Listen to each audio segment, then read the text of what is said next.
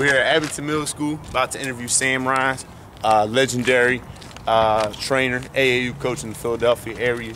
Sam, was a mentor to me, and pretty much got my basketball career off the ground. I feel a lot of passion for Sam, and he's definitely a major part of the story. This is Abington Middle School where it all started for me. In terms of basketball, I actually went to Hepper Horsham, but a lot of great players have been here, like Kobe Bryant, Richard Hamilton, Obama spoke over there. I actually might try to find that and put that in the clip for you guys in the reality show. But this is it, man. This is Abington, man. Kind of giving me chills coming in here, man. It's definitely life-changing experience here, and I'm grateful for the man that helped me with basketball and a lot in life too. So here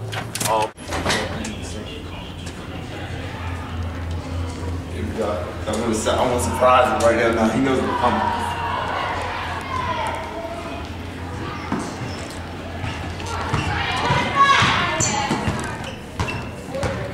Sam.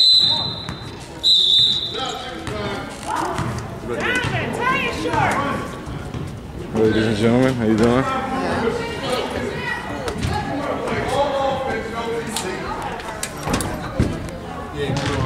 This is Trey. He actually no trophy. Hi, I'm with Sam Rines, the legendary Sam Rines here, former AAU coach of Kobe Bryant and Richard Hamilton. And we're gonna do an in-depth interview. He's gonna talk about John Solomon, one of his former players, and now trainer slash agent, one of the co-CEOs for Self-Motivated Athletic Agency along with Purcell Coles. What do you think about John when you first met him? Be honest, be truthful, as this going in the documentary. John was a beginner. He came in and he worked. He did everything that he was supposed to do. He went through every change. When he was demotivated, people would tell him no, he continued to work harder. He came from a school where the opportunities at that time were limited for him to play, but he disregarded that. He stuck right with it because he had a big picture. When he was told he couldn't play college, he ended up playing for Beaver College. I forgot Arcadia. So he is a self-motivator, and if there's any indication of what he's doing in basketball, I can only see and perceive that he will be very successful.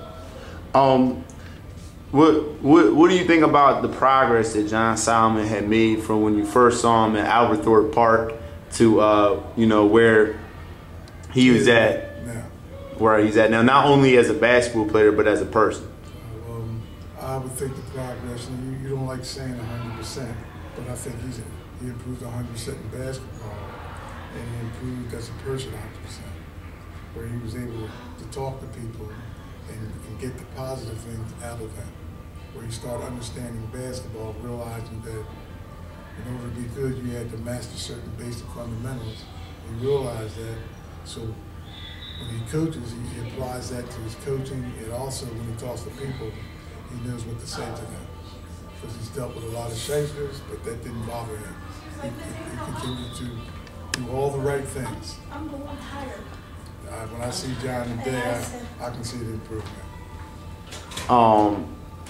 Now speak of the hard work, if you can go into detail so guys know, it's not an easy process. And before we got on camera, I was just talking to Sam about, to get on the business side of basketball, especially me not being a star basketball player, and I never was, but I never gave up. And, from Hepper Horsham to now, and where I end up getting 5 points, and I documented some of the different stuff throughout the time. And actually, we have a guy in Florida, Post 24 Media, is putting this together for us, and this actually could be a real story. So talk a little bit more specifically, how you saw me grow and what I did to grow. Well, what John did to grow. No, it's Trey. That's Trey. Oh, okay. That's cool. I'll get in the shower. I'm just gonna have you focus it. I have more. It's live. It's real. What John did as a basketball player is astronomical. Most guys lack his will and his determination. And his persistence. And one of the qualities that I liked was the fact that he never gave up. You could tell him no, that he couldn't do something, he would go out and practice, and he would practice, and he would practice, and he would practice. And the next time I saw him play, I realized he was getting better. And I would tell people, so this guy is going to end up making himself a pretty good player, or he's going to become a pretty good basketball coach, because he now understands the things that you have to do to be successful. And in terms of that, like, you know, that was the idea behind the brand of Self-Motivated Athletic Agency. Behind the camera is Trey Harris, and he's a very motivated basketball player. He comes in and every time, every rep, and I try to tell all the other guys, he goes his hardest. You know, and it's important, you know, to go game speed and to do everything at a precise level, but also do it the right way. Speak about how you train and making sure that guys do things the right way and, you know, throughout the process. You teach them all every fundamental of basketball that you can. And a good example of that was Steve Mix of the 76ers. Here's a guy that wasn't athletic, that ended up playing pro ball for 7 or 8 years because he was determined and he perfected the things that he did well. And he continued that on into the NBA. When I see John play, he had a shot. He could shoot the ball a little bit. But he had to perfect some certain things in his game, and he went out and he worked on it. And he started improving where he became competitive with guys who allegedly, I say allegedly, thought they were good. But because of the fact that John worked harder, he played better than those guys. And it kind of shocked them, but I was not surprised. I used to laugh to myself because I said, you know what? It's like the old tortoise and the hare. You know, the tortoise had to race one, but I mean the hare had to race one, but the tortoise ended up beating him because he was so persistent.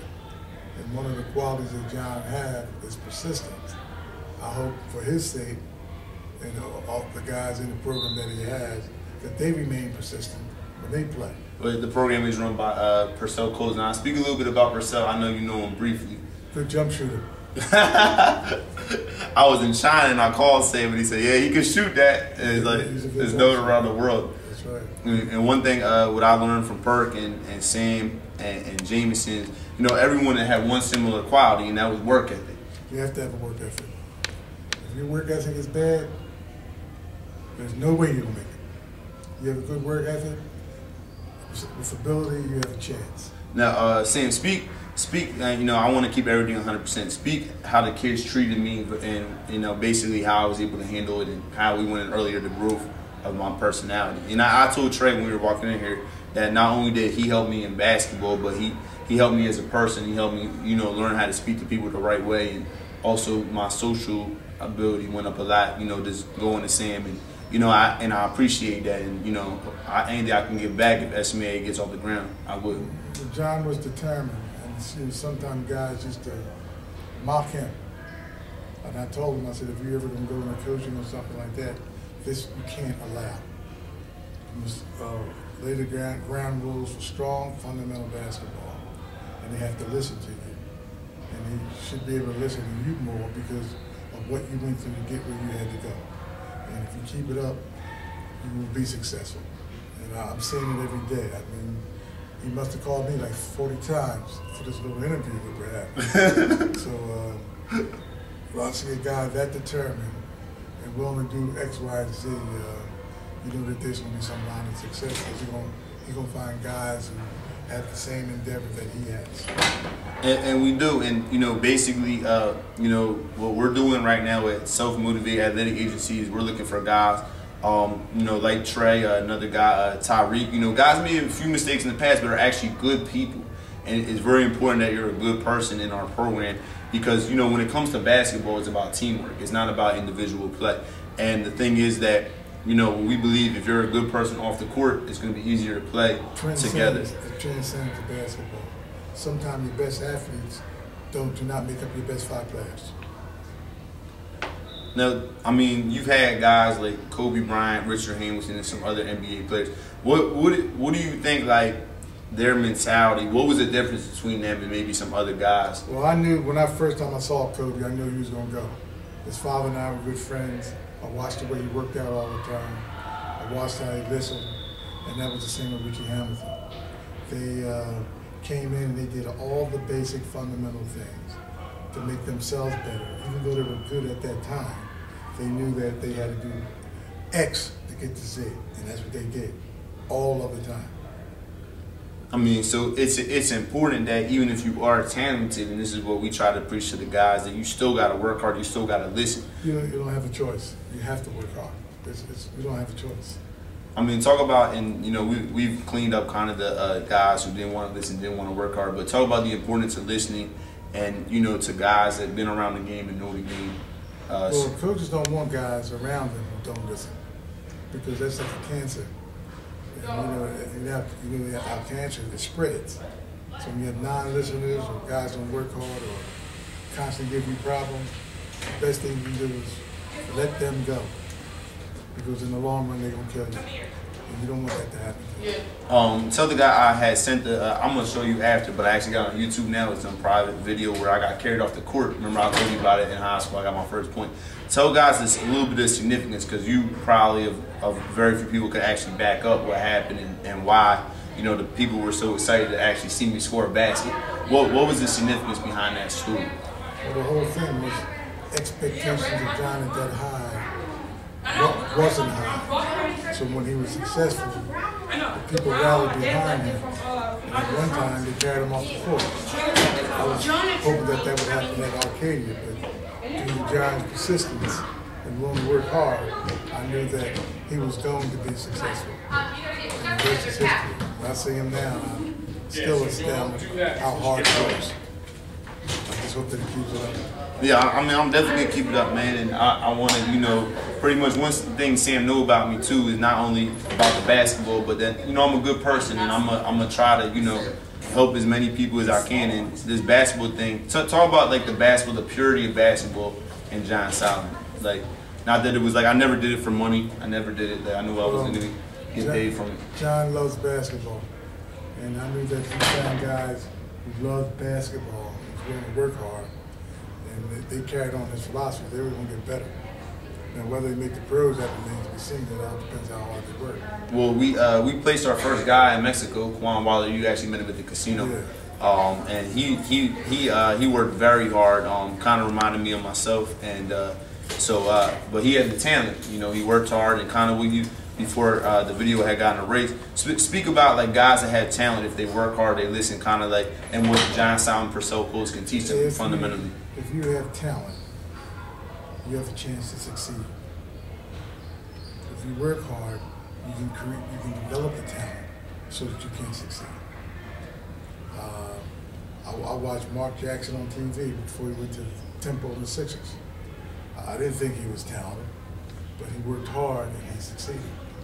Now I'm watching him being a commentator for the 76ers. I think he played 3 or 4 years. I never told you that Mark Jackson played with us. Oh, okay. I mean, I told Trey a lot of good players that, you know, pretty much came through Sam Rines and Sonny Hill here in the Philadelphia area. You worked hard. Just remember where you got it from, right? That guys who work hard and continue to work hard, they're going to reach a higher level than they can imagine. But talk about, for the new guys coming in, like what you think about John Solomon's ability to train guys and get guys to the next level. I remember the first time I watched him, I kept saying to myself, this young man here is going to be a pretty good coach. And people kind of doubted me. I said, no, he's going to be a good coach. Because he wants to be good, and he wants to make sure the guys around him are good. And he's going to reach a couple lumps in his endeavor. And I know as he can stay around people and continue to improve, he's going to be a good coach.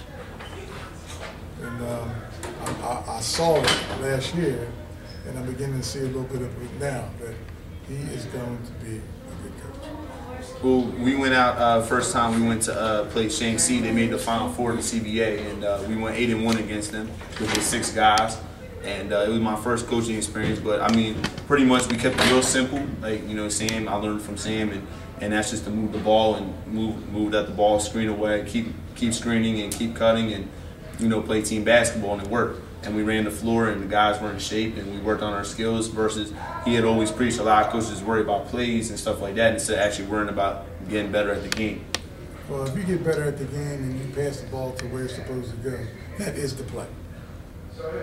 You can say this is play number one that you can try to execute. But if you move the ball side to side, get it down low, you move and everybody's moving. That is the play, and you will definitely improve.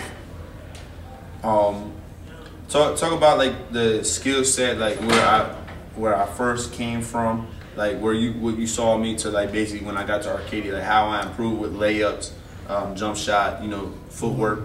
He was definitely unskilled. I'm telling you, I'm not saying that to put him down, but he was definitely unskilled. But due to his determination and the things that made him, he became 8, 9 fold the player that he is now. He was unskilled. He couldn't make layups. He had a nice shot. He always had a nice shot, and he kept that. And I told him this is going to be one of your assets, but you need a couple more assets to get better. It's the ball handling and passing, and he worked diligently at that. And as I saw him improving, I said, this guy's going to be all right. He's going to be a good player.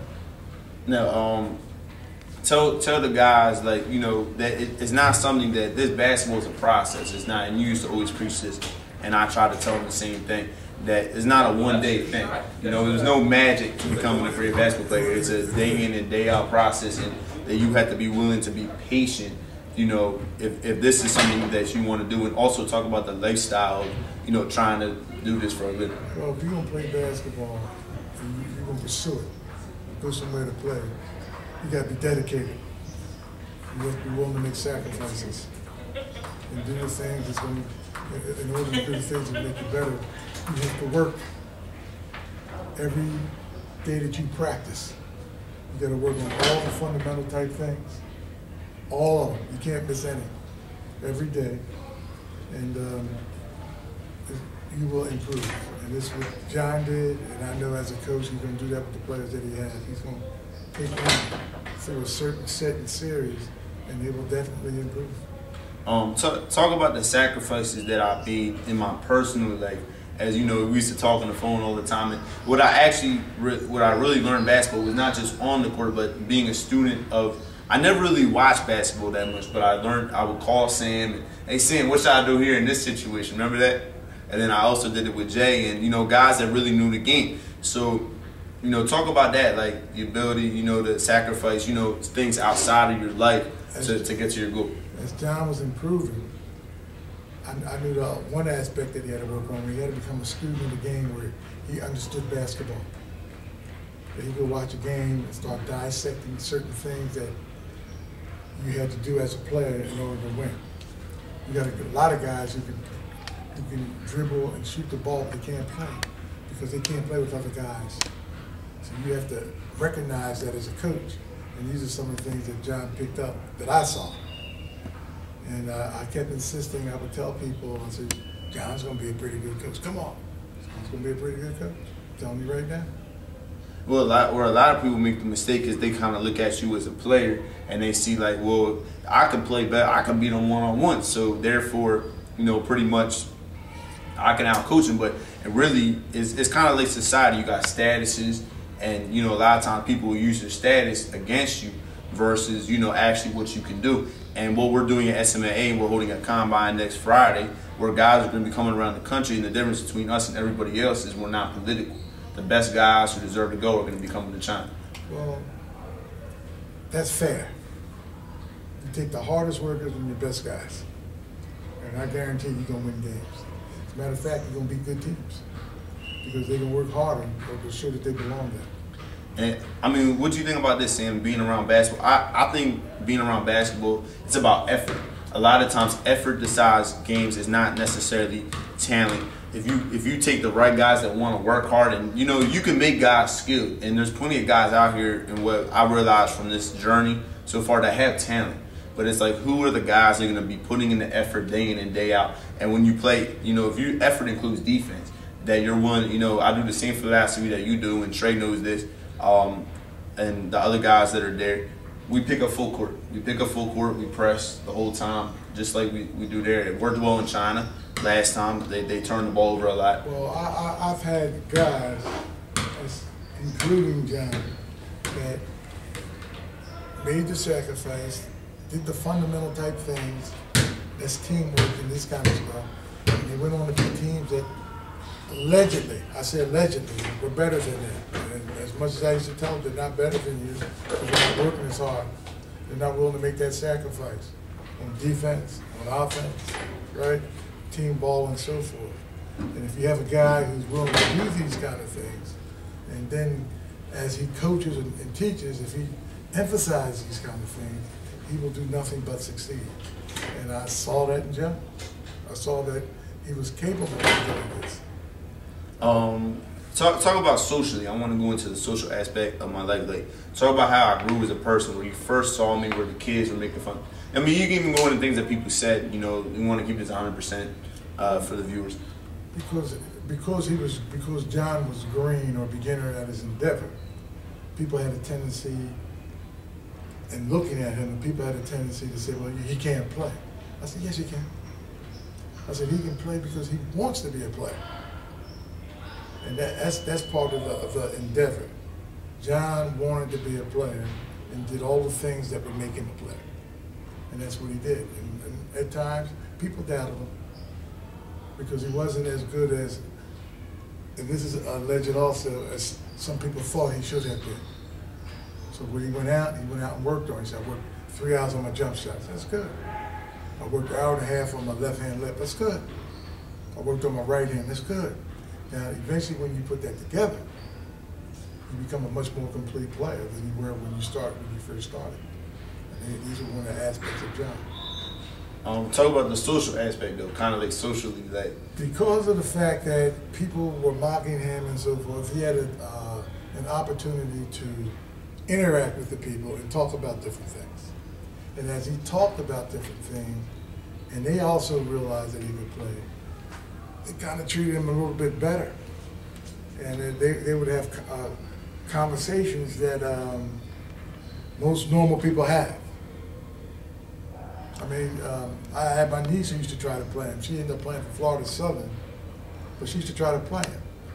John always went after him. He played her hard. So you get to the point where it doesn't matter who you play against. If you're out there on that court, you're my opponent. So you have a tendency to talk, and then you start talking about worldly type things, the weather, what you have for dinner, and you become much more well-rounded because you come to find out they ate the same thing I did. They didn't just eat it today; they've been eating it for a long time. And every player that I've had pretty much had that same philosophy. What I also learned from Sam was the social aspect of the business, meaning like, you know, good people skills in relating to the players and relating to the parents, and kind of, you know, having fun while you work out is also important. You work out, you have fun when you work out because the people have the same objective as you, and for some reason you start pushing one another, and you don't allow one setback to prevent you from getting where you want to go, because everybody in that group had the same setback, and we want to improve as a group on that setback. Talk about the dedication that I had, like how my attendance, you know, and I told this to the guys, if you come more, you're gonna get better. Talk about my attendance from when you know, you first saw me, and when I saw the opportunity, and very diligent worker. He came not some of the time, all of the time. As a matter of fact, with this interview, I should have met him yesterday. John was here. And what he did was he left no stone unturned. And he would talk to other people who worked hard. I think this guy, Jay Jameson, was a hard worker. So he surrounded himself with people that had the same objective. And he didn't let height be a factor in what he wanted to do. Because he knew he was going to be a guard. And by being a guard, certain things he had to do. So he worked at it. And he became pretty good at it. So what he does now, I am not surprised. What I'll be surprised is how far he goes with it. And this is what I'm hoping, that he goes as far as he can.